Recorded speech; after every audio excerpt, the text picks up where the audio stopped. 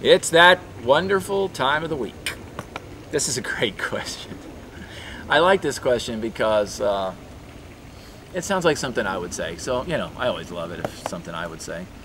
Sometimes we get these questions from you guys, and you ask questions like I would ask a question, which I love. Here's the question. Dear Mike, sometimes I just want to tell my team to stop whining and do their freaking job. I would just like to know how you would suggest I deal with my frustration.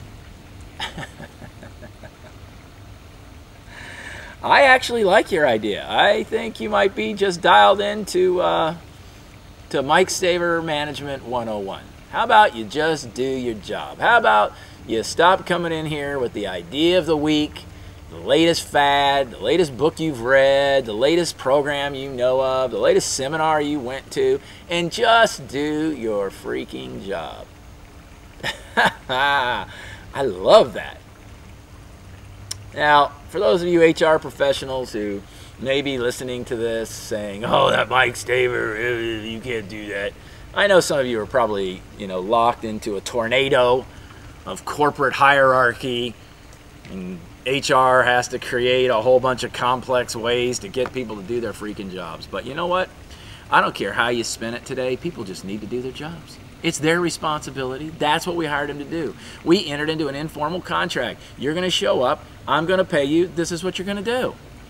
Don't get me wrong. I'm all about culture. I'm all about it feeling good to work there. I'm all about that. But I'm also all about not rocking people to sleep at the bosom of complacity?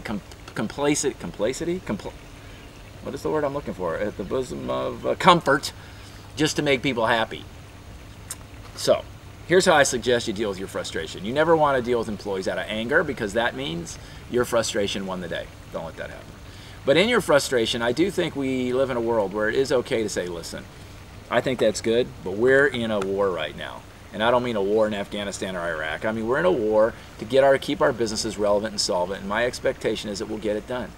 If you have somebody, like I used to have somebody years ago, about 8 years ago, I had somebody that kept coming into my office every single day with a new idea.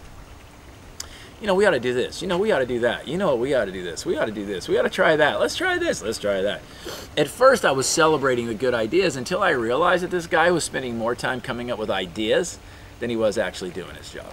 So first, never come from anger. 2, figure out a way to vent that anger elsewhere. Work out, exercise, all those things. 3rd, make sure that your people understand what doing their freaking job looks like. Make sure they're very clear. Here's what your job is, and this is what I want you to do. And then I would establish a system or a process for being able to process good ideas so that you can continue innovation in your firm. But let's not get lost in what we're here to do. If you're a sales manager, their job is to sell and to meet their commitment.